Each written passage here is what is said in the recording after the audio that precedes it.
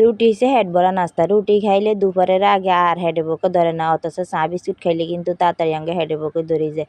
তো আসসালামু আলাইকুম, আনেরা বাইকে ভালো আছেনি? আই আন্নে গো আপা আছি আলহামদুলিল্লাহ অনেক ভালাই।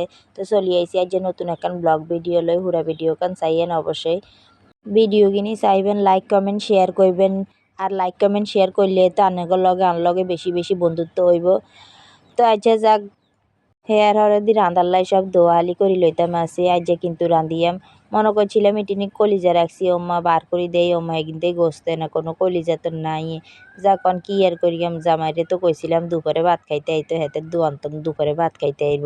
যায় নামাইছি তাই সুন্দর করে একটা কুচাই হেয়ারে বুনা করি লইয়াম। এটা লাই বলি হেগিনের একটা ছোট ছোট বুনার মতন একটা কুডি কাটি তো হেয়ারে ধুই লইছি। আর গরুর মাংস কিন্তু বেশি করে ধুন যায় না, কিলে বেশি করে ধুইলে আবার এটা স্বাদ চলে যায়। কিন্তু যাক তারপরেও আমরা 3 দোয়াতে দেন লাগে, 3 দোয়া দিয়ে হেয়ারে একের সুন্দর করে চলিয়েছি এবার লাগিনে রে।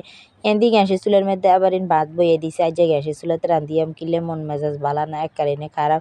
তো চিন্তা করলাম না একটু আজ যে গ্যাসে রান্ধিয়ালে শর্টকাট করি। হেয়ারে দিয়ে এনদি ভাত চড়াই দিই, ভাত চড়াই দিয়ে হেয়ারে গরুর মাংস এগিনে রে একেবারে সুন্দর করে হাতে একেবারে মাইজুই লইতে আসি।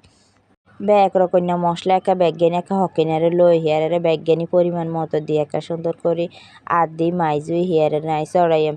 ইয়ান দিয়ে আবার গরম মশলা হেগিনারে কিন্তু বাড়ি দিছে। আজ গরম মশলা আর গুঁড়া দিতাম না, আসলে বাঙ্গো বাড়ির না হাতের মশলা দিয়ে যদি গোস্ত রাঁধি তাহলে কিন্তু হেগিনি খাইতে কিন্তু স্বাদে লাগে। কিন্তু অনকার যে যুগ আইছে অন তো সব ব্লেন্ডারে পিষিয়ে লাই দেয়, আর এটার লাই কিন্তু আগের দিনের লাই না ওনার স্বাদও হয় না, স্বাদ লাগেও না।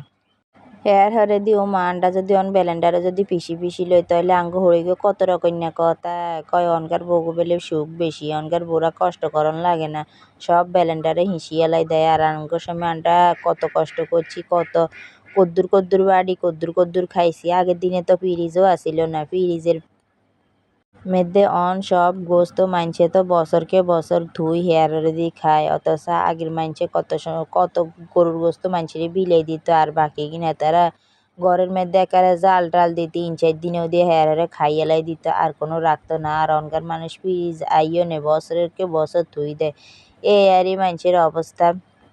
আর আই দিত মশলা এগিনের মধ্যে ব্যাজ্ঞানি রে এবার সুন্দর করে তেলের উপরে আর পেঁয়াজের উপরে আগে একটু বালা করে হেয়ারে লাল লাল করে ভাজি তো হেয়ারে হেগিনের মধ্যে দিয়ে সুন্দর করে লাড়ি চাই লইতে আসি।